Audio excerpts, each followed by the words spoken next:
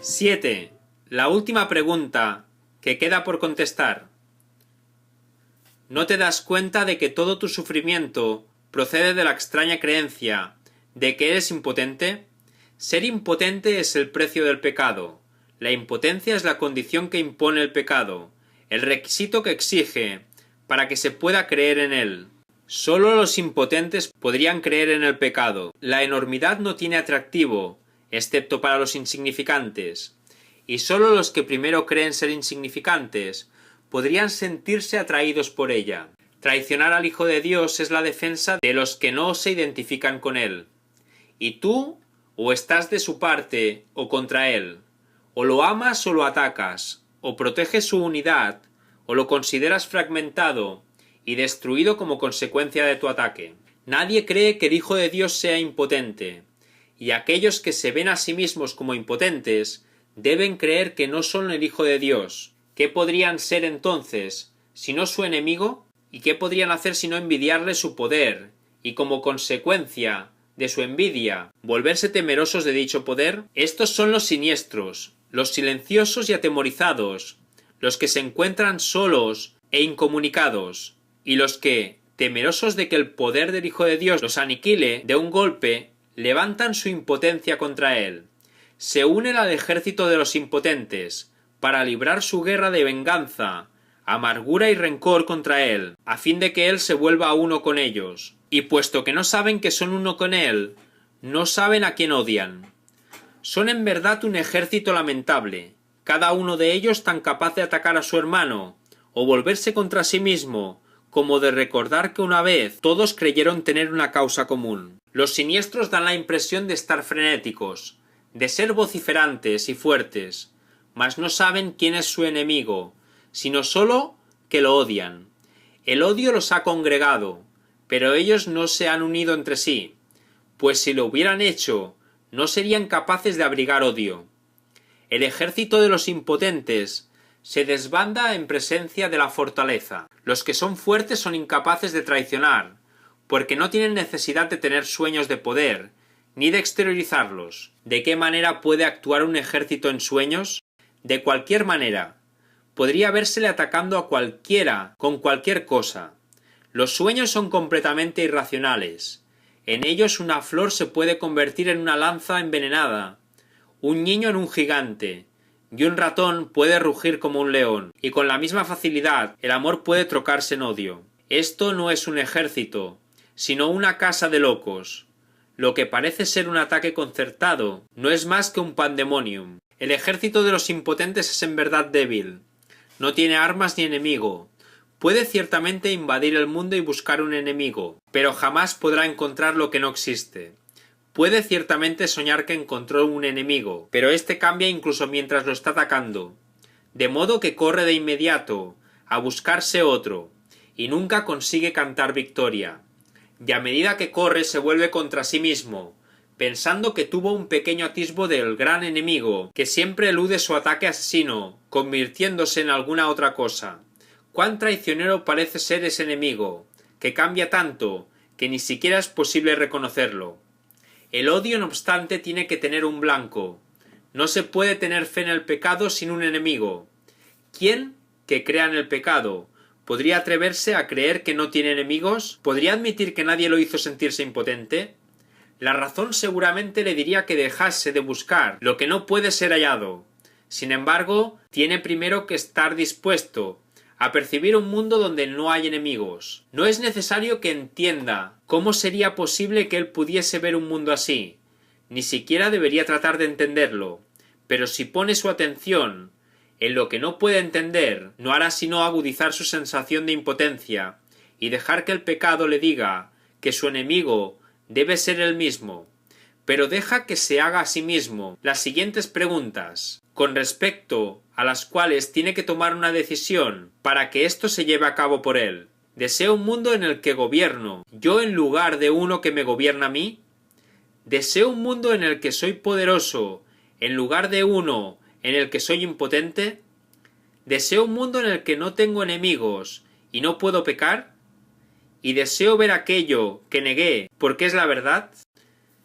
Tal vez ya hayas contestado las tres primeras preguntas, Pero todavía no has contestado la última, pues esta aún parece temible y distinta de las demás. Mas la razón te aseguraría que todas ellas son la misma. Dijimos que en este año se haría hincapié en la igualdad de las cosas que son iguales. Esta última pregunta, que es en verdad la última acerca de la cual tienes que tomar una decisión, todavía parece encerrar una amenaza para ti que las otras ya no poseen. Y esta diferencia imaginaria da testimonio de tu creencia, de que a lo mejor la verdad es el enemigo con el que aún te puedes encontrar. En esto parece residir pues la última esperanza de encontrar pecado y de no aceptar el poder. No olvides que la elección entre el pecado y la verdad, o la impotencia y el poder, es la elección entre atacar y curar, pues la curación emana del poder, y el ataque de la impotencia. Es imposible que quieras curar a quien atacas, y el que deseas que sane tiene que ser aquel que decidiste que estuviese a salvo del ataque. Y que otra cosa podría ser esta decisión, sino la elección entre verle a través de los ojos del cuerpo, o bien permitir que te sea revelado a través de la visión. La manera en que esta decisión da lugar a sus efectos no es tu problema, pero tú decides lo que quieres ver. Este es un curso acerca de causas, no de efectos. Considera detenidamente qué respuesta vas a dar a esa última pregunta que todavía no has contestado, y deja que la razón te diga que debe ser contestada, y que su contestación reside en las otras tres.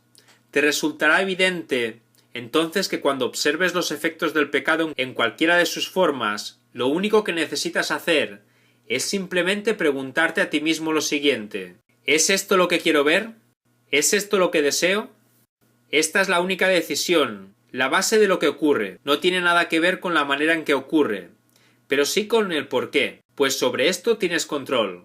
Y si eliges ver un mundo donde no tienes enemigos y donde no eres impotente, se te proveerán los medios para que lo veas. ¿Por qué es tan importante esta última pregunta? La razón te dirá por qué. Es igual a las otras tres, salvo en lo que respecta al tiempo. Las otras son decisiones que puedes tomar, volverte atrás y luego volverlas a tomar, pero la verdad es constante e implica un estado en el que las vacilaciones son imposibles. Puedes desear un mundo en el que tú gobiernas, y no uno en que te gobierna a ti, y luego cambiar de parecer. Puedes desear intercambiar tu impotencia por poder, y luego perder ese deseo cuando un ligero destello de pecado te atrae. Y puedes desear ver un mundo incapaz de pecar, y sin embargo permitir que un enemigo te tiente a usar los ojos del cuerpo y a cambiar de parecer. El contenido de todas esas preguntas es el mismo, pues cada una de ellas te pregunta si estás dispuesto a intercambiar el mundo del pecado por lo que el Espíritu Santo ve, puesto que es esto lo que el mundo del pecado niega. Los que ven el pecado, por lo tanto, están viendo la negación del mundo real. Sin embargo, la última pregunta suma a tu anhelo de querer ver el mundo real el deseo de permanencia, de tal forma que ese deseo se convierta en el único que tengas. Si contestas esta última pregunta con un sí, añade sinceridad a las decisiones que ya has tomado con respecto a las demás, pues sólo entonces habrás renunciado a la opción de poder cambiar de parecer nuevamente. Cuando eso deje de interesarte, las otras preguntas quedarán perfectamente contestadas. ¿Por qué crees que no estás seguro de que las otras preguntas hayan sido contestadas? ¿Sería acaso necesario plantearlas con tanta frecuencia si ya se hubiesen contestado? Hasta que no se haya tomado la decisión final, la respuesta será a la vez un sí y un no, pues has contestado sin darte cuenta de que sí tiene que significar que no has dicho no. Nadie decide en contra de su propia felicidad, pero puede hacerlo si no se da cuenta de que eso es lo que está haciendo. Y si él ve su felicidad como algo que cambia constantemente, es decir, ahora es esto, luego otra cosa, y más tarde una sombra elusiva que no está vinculada a nada, no podrá sino decidir en contra de ella. La felicidad elusiva, la que cambia de forma según el tiempo o el lugar, es una ilusión que no significa nada. La felicidad tiene que ser constante, porque se alcanza mediante el abandono del deseo, de lo que no es constante.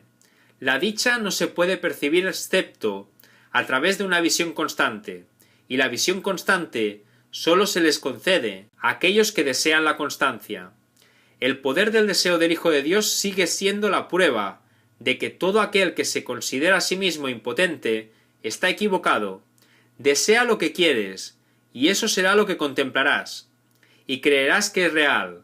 No hay un solo pensamiento que esté desprovisto del poder de liberar o de matar, ni ninguno que pueda abandonar la mente del pensador, o dejar de tener efectos sobre él.